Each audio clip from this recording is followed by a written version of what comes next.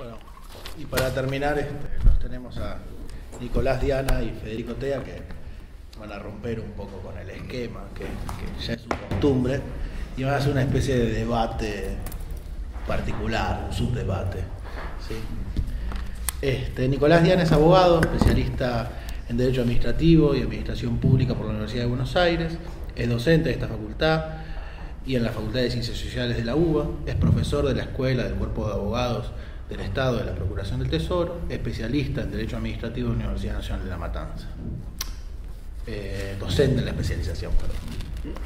Ha realizado numerosas publicaciones en revistas jurídicas especializadas sobre cuestiones vinculadas al derecho público, con particular referencia al derecho administrativo y al derecho en la salud mental. Federico Tea es docente de esta Facultad de Derecho, en Derecho Administrativo y Derechos Humanos. Ha finalizado el posgrado en Derecho Administrativo y Administración Pública, cuya tesis está en la elaboración. Fue becario de la Chevening British Council Argentina para realizar un LM en Public Law and Human Rights en la University College of London. Ha realizado numerosas publicaciones en revistas jurídicas especializadas sobre cuestiones vinculadas al derecho público, con particular referencia al derecho administrativo. Federico y Nicolás debatirán sobre las disonancias en torno al rol judicial. Bueno, buenas tardes a todos. ¿Se escucha si hablo o quieren que use el micrófono? Primero agradecer a los organizadores, y son tantos los amigos que están dando vueltas en esta sala que sería muy difícil agradecer la presencia y compartir este espacio. Realmente hay muchos amigos acá, de verdad, así que es muy lindo estar entre amigos y charlando de temas que uno considera que son de interés. Más allá de lo que dijo Henry, les recomiendo un libro de Jaureche, por lo menos Manual de Sonceras Argentinas, para entender un poquito tantos British Council y cosas que estaban ahí dando vueltas, ¿no? Inicialmente habíamos planteado esta charla como un contrapunto sobre, en particular con algo que está en el tapete desde hace un par de meses, que es la reforma judicial o las bases de la reforma judicial a través del proceso de democratización de la justicia. Vamos a ver cómo sale, no tenemos mucho tiempo para armar el contrapunto, pero al menos yo me voy a dedicar en la primera parte a hablar sobre la democracia, el concepto de democracia. Quizás no es tan cercano al derecho administrativo, pero hacia nosotros, a nuestra práctica. Es algo que junto con Gonzalo Rodelia y Martín Cormick hemos dado durante casi 10 años en el ciclo básico común de la Universidad de Buenos Aires. Así que espero que sirva de homenaje a esas clases eternas que dábamos en el ciclo básico los tres.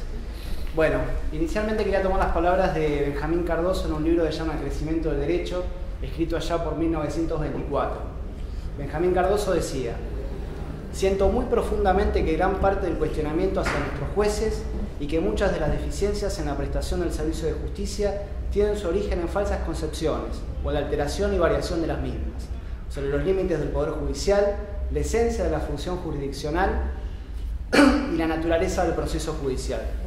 No podemos esperar eliminar la impaciencia de la arbitrariedad judicial y todos los abusos generados por la justicia por encima de la integridad del Poder Judicial, hasta que establezcamos un acuerdo general sobre aquellas cuestiones que son fundamentales.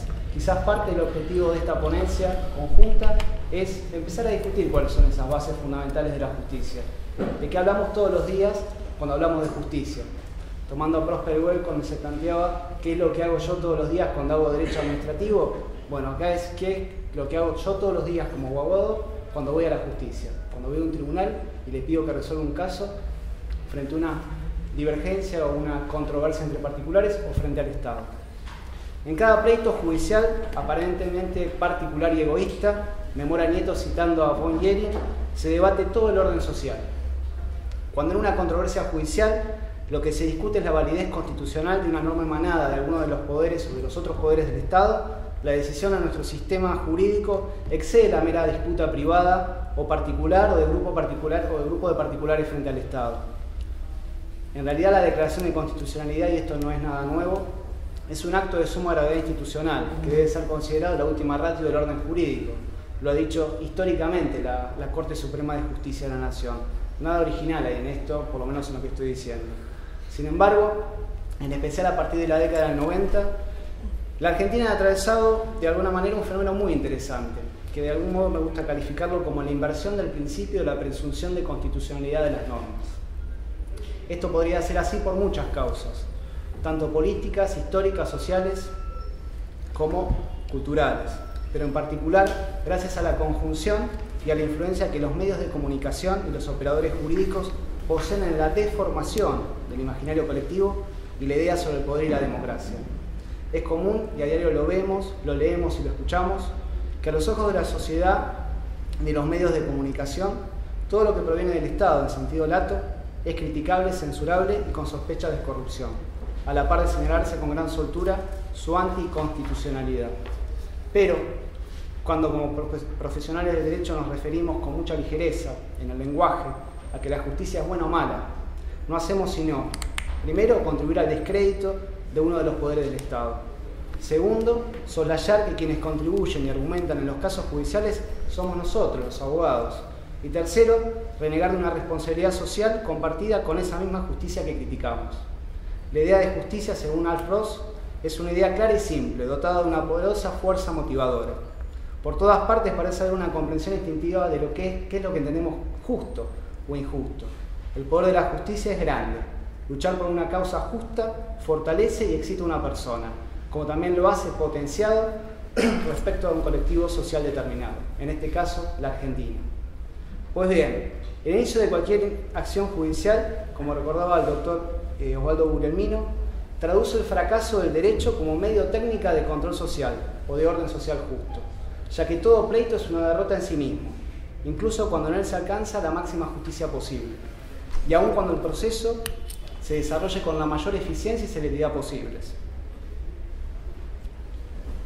Economía y eficiencia y celeridad que no deberían desconocer el derecho de defensa y el interés público comprometido, por ejemplo, cuando quien está en juicio es el Estado. El derecho parece entonces convertirse en un instrumento frágil e ineficaz muchas veces. Se vuelve irreal, justamente porque los operadores canalizan sus acciones y buscan soluciones a través de vías y procedimientos paralelos a las instituciones que deberían de alguna forma encauzarlos. Consecuentemente, el ciudadano pierde la fe en las respuestas que le da el sistema frente a sus demandas.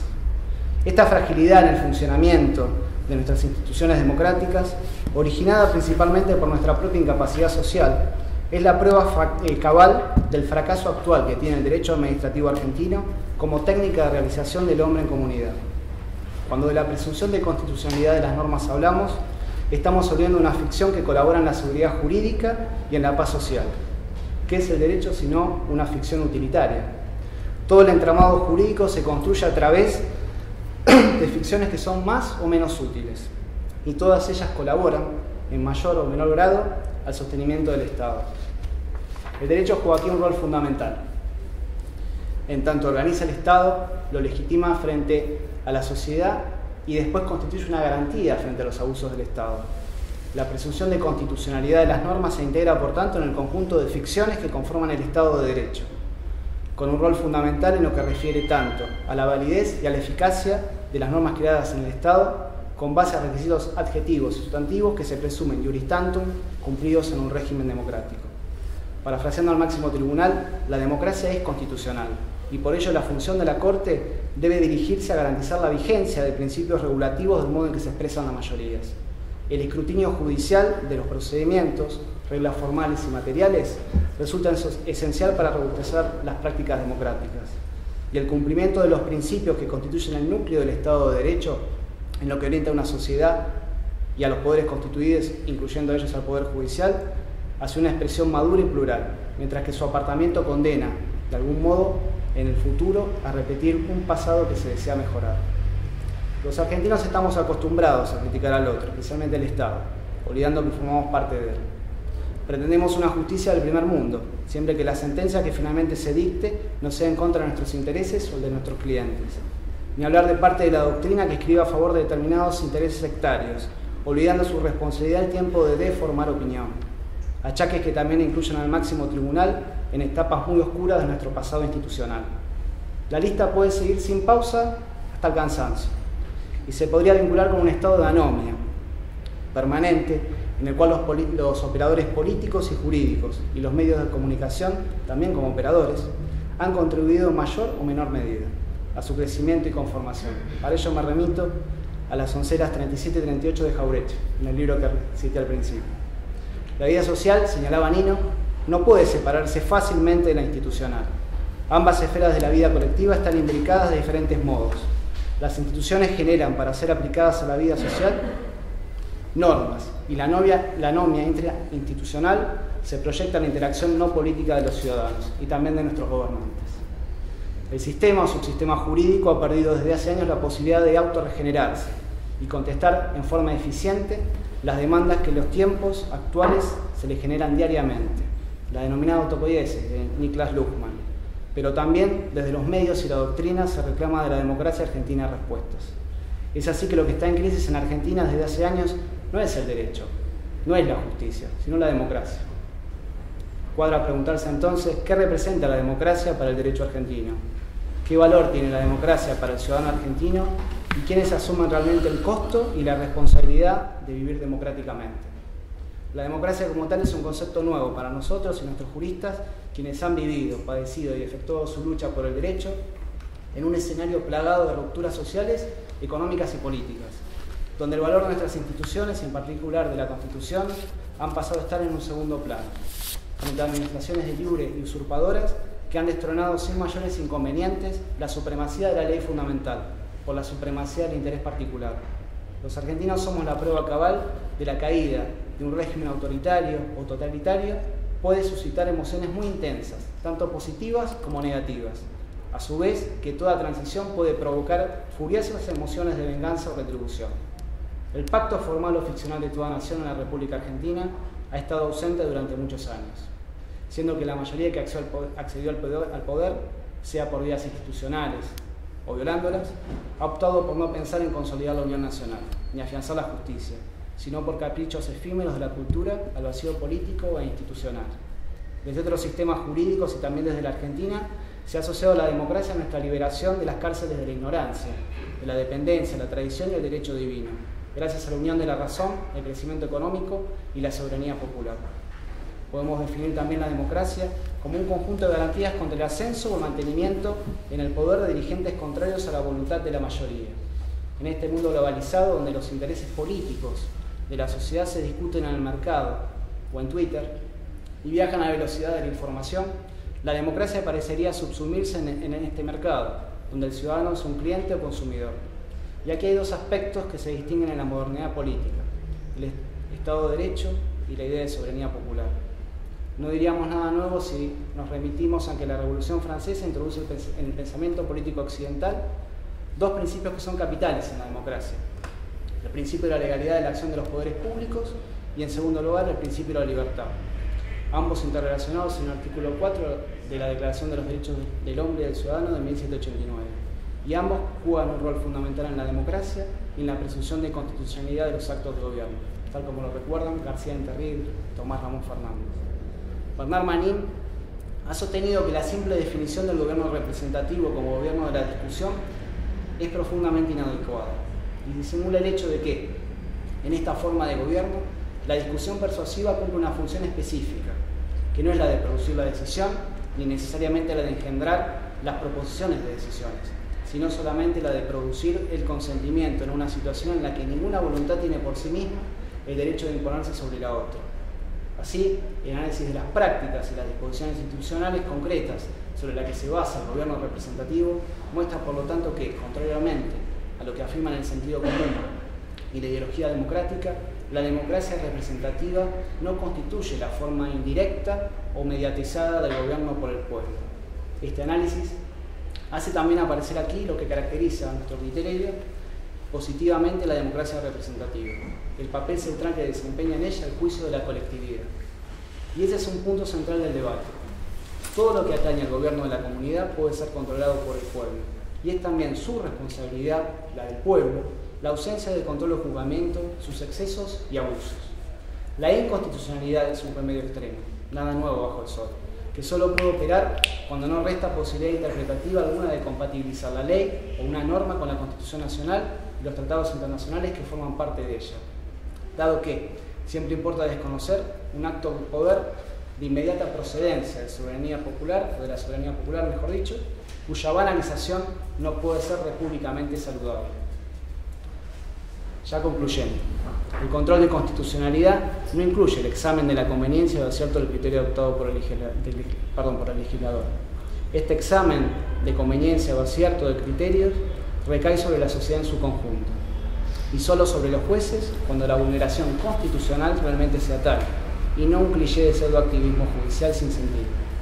Lamentablemente, al decir de Nieto, la insensatez o insensibilidad judicial ocasionalmente se traduce en la imparcialidad, otra pregonada virtud del juez a quien se ordena que trate a las partes con exquisita igualdad. Ahora bien, ¿es que los pleiteantes son iguales? Con harta frecuencia no. Menos cuando quien está en juicio, como dijimos antes, es el Estado, que en rigor de verdad somos todos. Como ha señalado Zaffaroni en su voto disidente en la causa Rizzo, resuelta hace unos pocos días atrás, si bien en todos los casos el ejercicio del control de constitucionalidad de las leyes debe ser ejercido con la máxima prudencia, en su ejercicio debe extremarse el cuidado para no confundir las propias convicciones con lo que prescribe la Constitución. La declaración de inconstitucionalidad solo procede cuando ésta sea manifiesta, y no ante cualquier duda. La presunción de inconstitucionalidad de las normas no puede ser la regla en esta democracia. La regla parte de una responsabilidad compartida de todos para encauzar nuestra actividad hacia su mejoramiento. Parecería claro, conforme Nino, que para neutralizar tanto la anomia institucional como la que se da en la vida social argentina, en general, hay que dar una absoluta prioridad al funcionamiento adecuado del Poder Judicial. Esta es una discusión que debe darse con madurez jurídica y política. En síntesis, de lo que se trata, aunque suene utópico, es de aprender a vivir con nuestras diferencias, a construir un mundo que cada día sea más abierto, pero que también posea la mayor diversidad posible. Esperamos de esta manera por lo menos dejar abierto el debate e instalar y discutir aquello que no se discute abiertamente, que es, por un lado, la responsabilidad social del abogado y del juez frente a una sociedad que tiende o debería partir a un orden partiendo de una concepción básica y fundamental de qué es lo que entendemos por justicia y cuál es el rol de esta justicia en el Estado de Derecho. Muchas gracias. Al principio habíamos pensado en que esto fuera disonancia, pero charlando sobre este tema bastante con Nico, estábamos más de acuerdo que en disonancia, así que la exposición por eso va a ser tal vez complementaria. Y la idea es, bueno, como decía Nico, plantear estos temas difíciles, abrirlos a discusión, teniendo en cuenta algo que, bueno, esto me hago cargo yo de ello, que en el derecho administrativo en general somos presa de dos errores metodológicos, o caer en un dogmatismo extremo, o por el otro lado ir a un superrealismo que también a veces nos impide tomar seriamente las instituciones jurídicas. Por eso, bueno, celebro la invitación de Enrique, les agradezco a ustedes que estén acá para que podamos plantear estos puntos sin caer o tratando de no caer en estos dos extremos que creo que no suman para el derecho administrativo. Y mi idea no es dar ninguna respuesta, sino plantear algunas preguntas para que pensemos, para que volvamos sobre ellas. Son preguntas bastante elementales, pero creo que, bueno, la mayoría de los que estamos acá nos interesa el derecho público y desde nuestro pequeño lugar, sea al frente de una clase o hablando con colegas, en cualquier ámbito, influimos en cómo piensa el resto el derecho público, la democracia, que es lo que hablaba Nico. Y en los últimos meses, o tal vez en los últimos tiempos, todo el debate alrededor del rol del Poder Judicial, a mi criterio, estuvo tenido de gran dogmatismo. Por eso voy a empezar atacando ciertas posturas bastante dogmáticas en torno al rol de los jueces y del Poder Judicial en general, que no suman y anulan el debate. Creo que tenemos una responsabilidad en abrirlo, digamos, sincerando ciertas cuestiones. Y tomo como disparador, no lo iba a nombrar, pero lo voy a nombrar igual, el Tratado de Mejía de Derecho Constitucional, citando a Pérez Delgado, se dice esto: la interferencia de la política en el proceso de selección de jueces es muy importante en el sistema institucional norteamericano. Sin embargo, o sea, reconoce la influencia de la política en la selección de jueces en Estados Unidos. Sin embargo, y no obstante el origen político de los nombramientos de magistrados y fiscales en el Poder Judicial Federal de los Estados Unidos, en negrita, una vez ocupados sus cargos, resulta normal que aquellos jueces se compenetren de la responsabilidad que les incumbe, impidiendo que sus simpatías personales influyan sobre sus decisiones. O son marcianos, o no sé de dónde salen los jueces americanos, pero hay estudios empíricos bastante anteriores a la última edición del Tratado del Mejián que lo desmienten. Entonces, hacer estas afirmaciones dogmáticas sin tener en cuenta datos fácticos, datos de la realidad, me parece que es un error y debemos estar atentos primero cuando las leemos y segundo cuando las repetimos o cuando recomendamos la lectura de ciertos textos que hacen uso de estas. Y bueno, para no citar en general los estudios empíricos ni tampoco ir en detalle, les voy a tirar algunos como para tener en cuenta.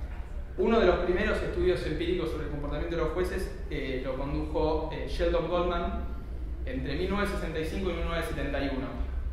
Tomó más de 2.000 casos de tribunales de apelaciones de Estados Unidos y, bueno, a través de un sistema medio complicado le asignaba un puntaje que era 0, 1 o 2 según la decisión judicial clasificada por tema, ¿no? ¿Qué sé yo? Derecho laboral, derecho penal, seguridad social, etc.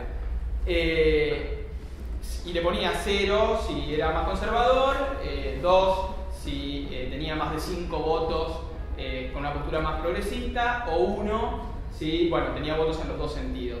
Y luego clasificaba a los jueces según religión, afiliación partidaria, género, ¿qué más? Bueno, un montón de variables. Y demostró, por ejemplo, que la afiliación partidaria, la edad y la religión de los jueces eran las 3 variables con efectos más significativos en el comportamiento judicial. O sea, casi que se podía adivinar según la edad, la afiliación partidaria y la religión de los jueces cuál iba a ser la decisión sobre determinados temas. Esto es entre 1965 y 1971.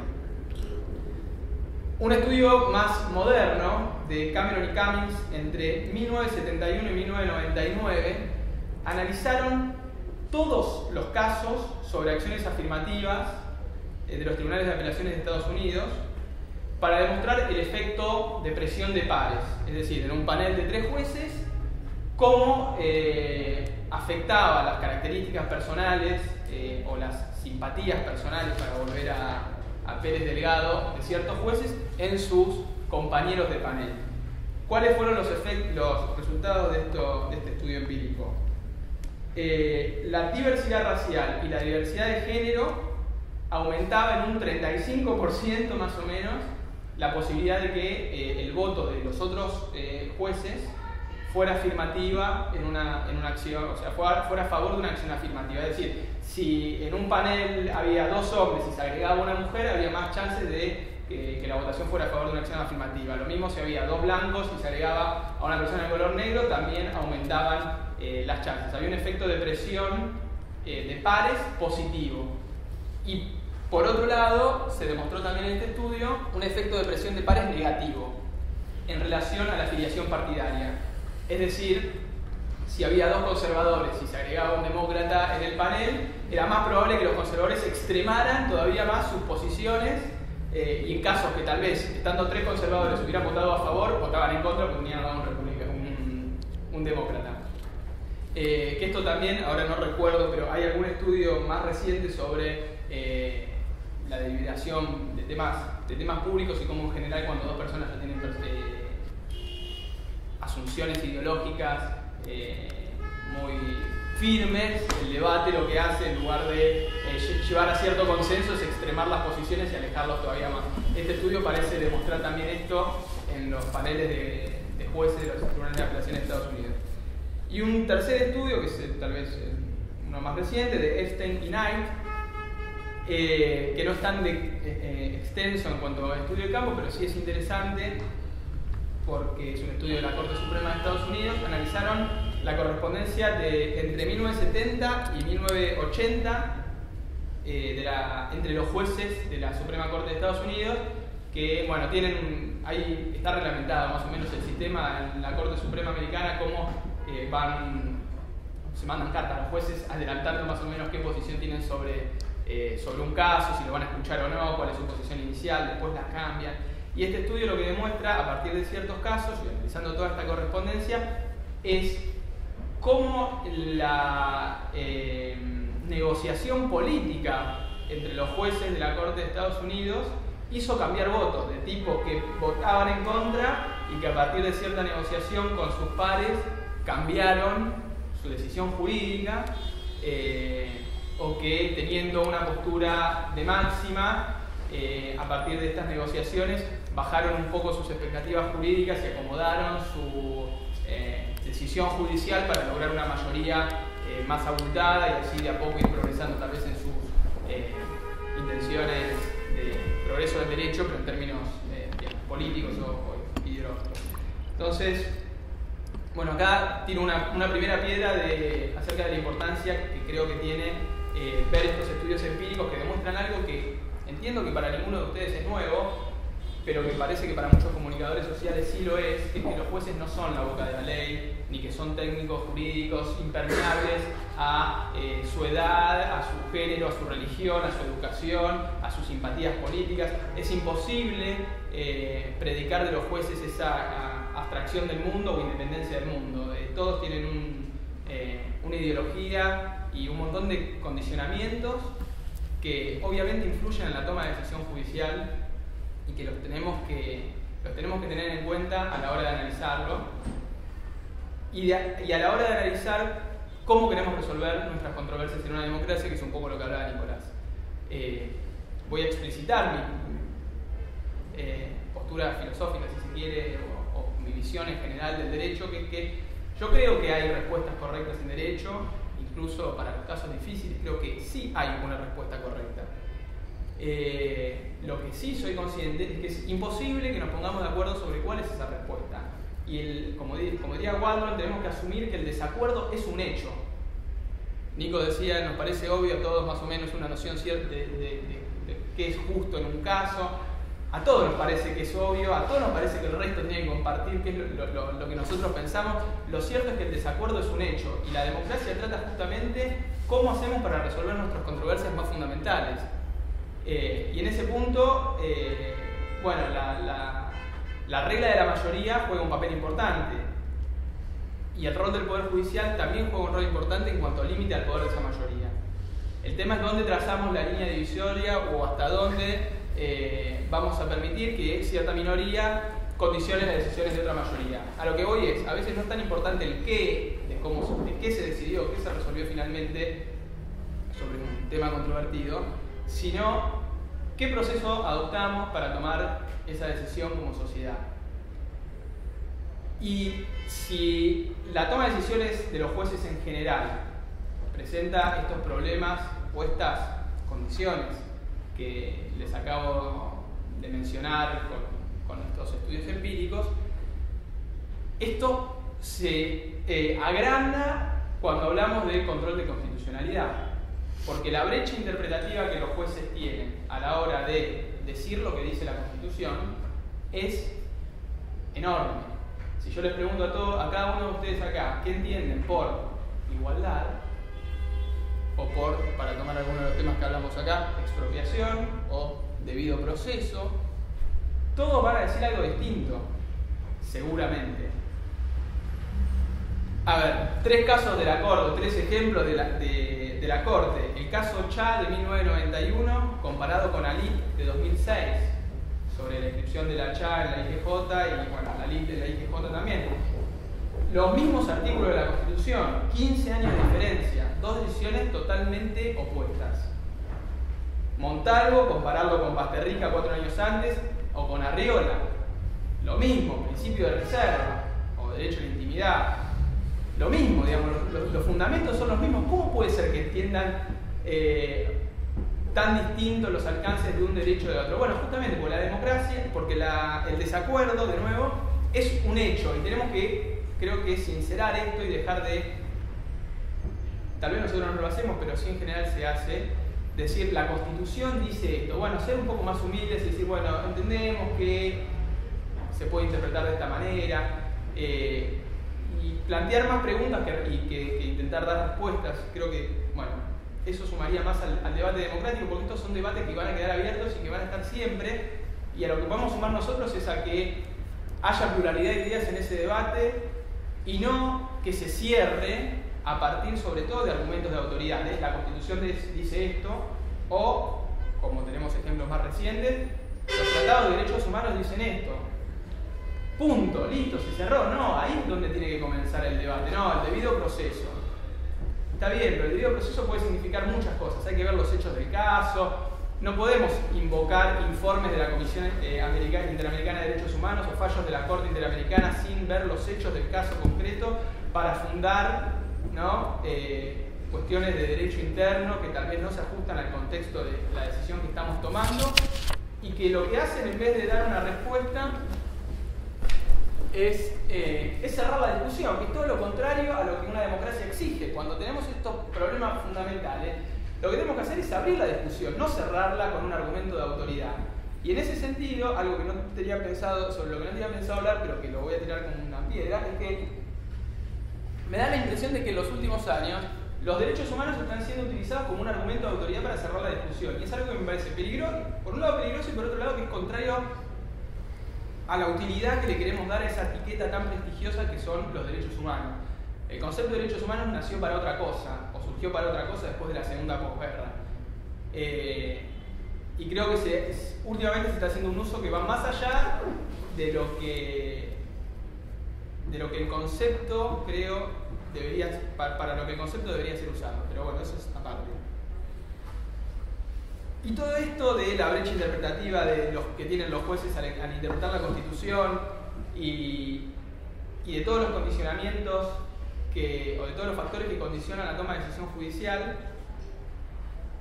en los últimos años en Argentina creo que hay un tercer estadio que creo que se ve más problematizado con ciertos cambios que han habido en el ejercicio del control de constitucionalidad. ¿Por qué digo esto? No creo que todos estos problemas o estas cosas que estoy diciendo yo sean nuevas. Tienen más años que todos nosotros juntos, tal vez. Pero para tratar estos problemas o para equilibrar tal vez el rol de cada poder en una democracia, como todos ustedes saben, el ejercicio del control de constitucionalidad tenía ciertas características, una de las sobre las cuales habló Nicolás, que es excepcional, es la última, para citar algo que siempre se ve, la última ratio del orden jurídico, y tenía otras características. Por ejemplo, siempre fue en relación a la Constitución Nacional, esto de invocar el Pacto de San José de Costa Rica, la interpretación que hace del pacto la Corte Interamericana. Ahora lo que dicen los informes de la Comisión Interamericana es nuevo, ¿no? Esta parte quiero que sea más descriptiva y que quede implícita cuáles las adjetivaciones.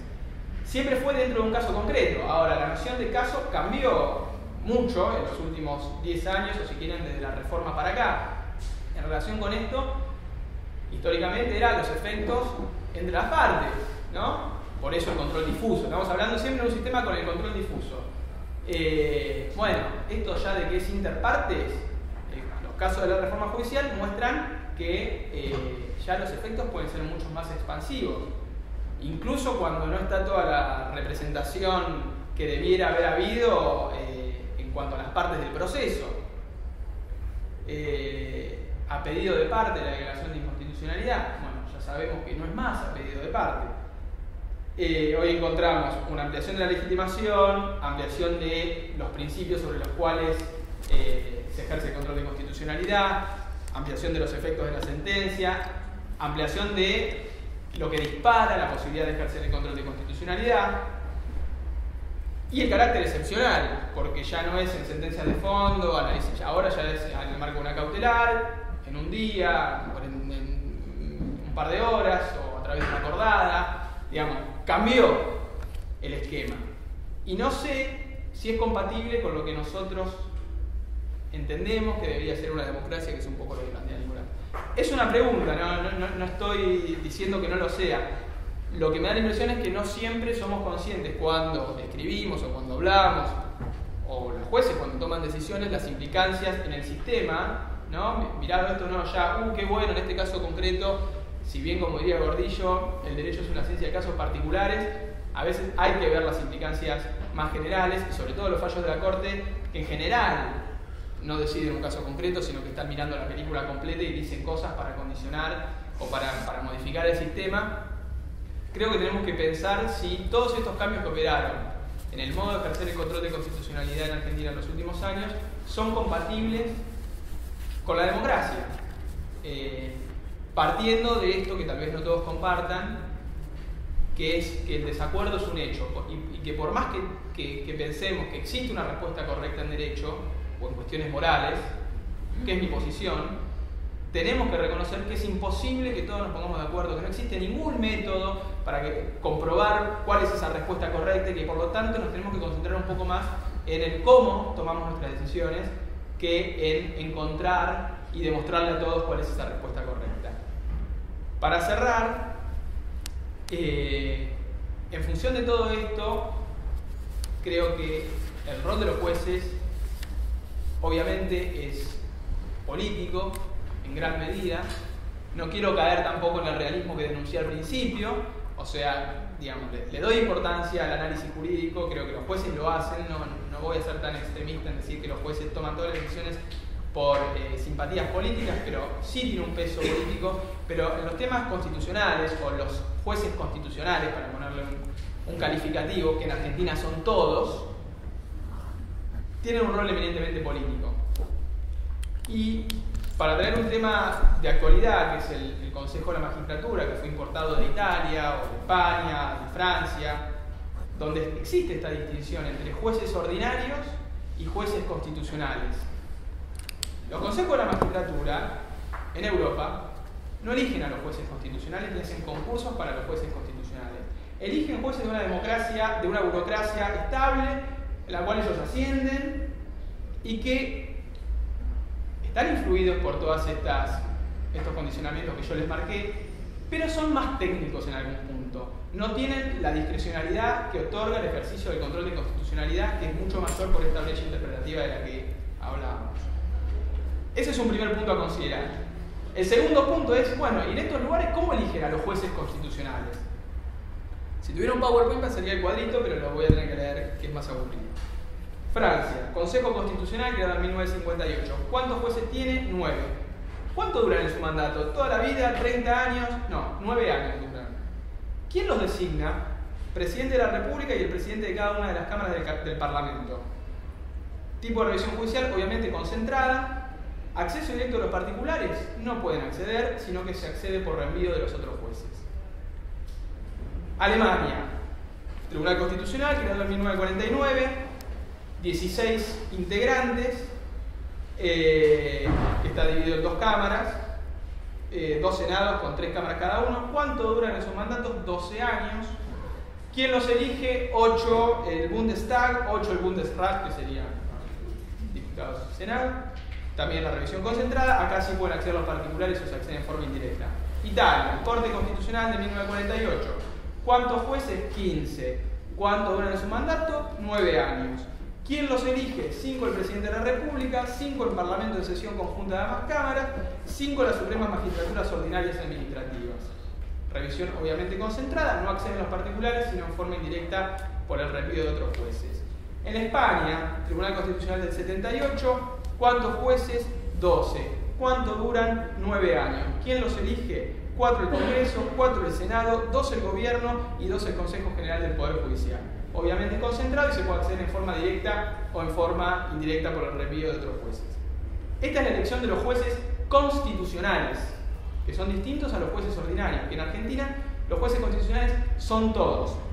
Entonces quiero dejar planteada la pregunta en relación a muchos temas, que creo que es imposible abordarlas todas las respuestas juntas, pero creo que es un ámbito interesante para plantear las preguntas y que cada uno se las haga si les parece interesante, que se relacionan con, bueno, primero, los jueces no son, y esto a modo de conclusión, los jueces no son técnicos impermeables a las cuestiones políticas, no son la boca de la ley, están influidos por un montón de condicionamientos.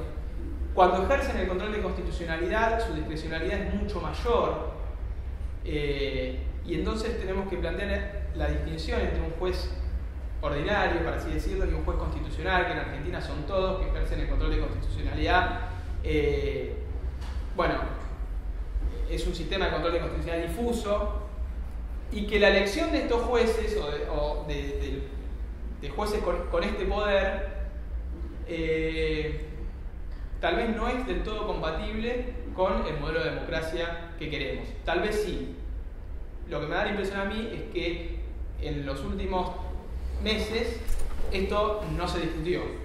Y en parte es culpa, creo, de nosotros. De nosotros como administrativistas, y tal vez porque no haya espacios suficientes donde se puedan plantear estos debates. Por eso, de nuevo, la felicitación a Henry por abrir este espacio y a todos ustedes por haber venido.